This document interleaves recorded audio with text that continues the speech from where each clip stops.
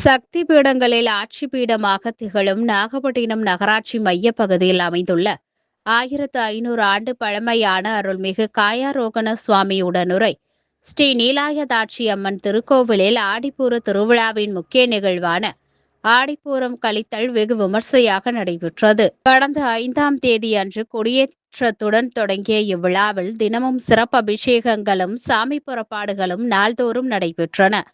காலை அம்பாள் வெண்பட்டு உடுத்தி பக்தர்களுக்கு காட்சியளித்தார். மாலை விழாவின் முக்கிய நிகழ்வு தொடங்கியது.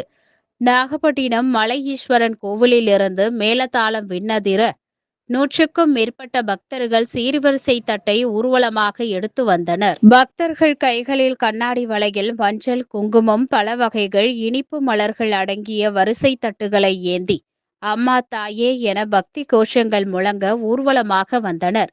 வழிநெடுகிலும் பெண்கள் கோலமிட்டு வரவேற்பு அளித்தனர்.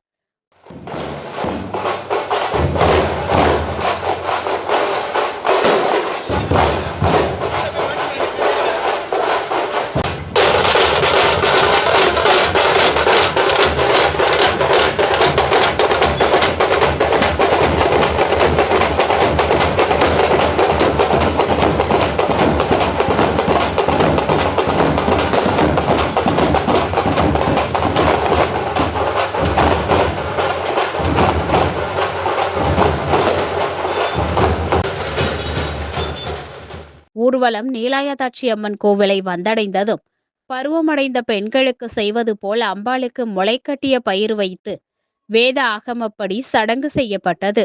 சிறு குழந்தைகள் அலங்கரிக்கப்பட்டு கைகளில் கிளி கொடுக்கப்பட்டு பரிசு பொருட்கள் வழங்கப்பட்டன. இதனைத் தொடர்ந்து சிறப்பு தீபாராதனை நடைபெற்றது.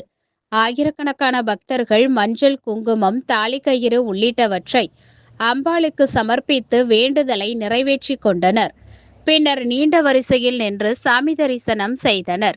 காஞ்சிபுரத்தில் குழந்தை வடிவமாக இருந்த அம்பாள் பார்வதி தேவி நாகையில் தான் பருவமடைந்ததாக ஐதீகம். அதனால்தான் இத்தலத்தில் ஆண்டுதோறும் ஆடிப்பூரத்தன்று பூரம் கலைக்கும் நிகழ்ச்சி நடைபெறுகிறது. இவ்விழாவில் பங்கேற்கும் கன்னி பெண்களுக்கு விரைவில் திருமணம் நடைபெறும் என்பது பக்தர்களின் நம்பிக்கை.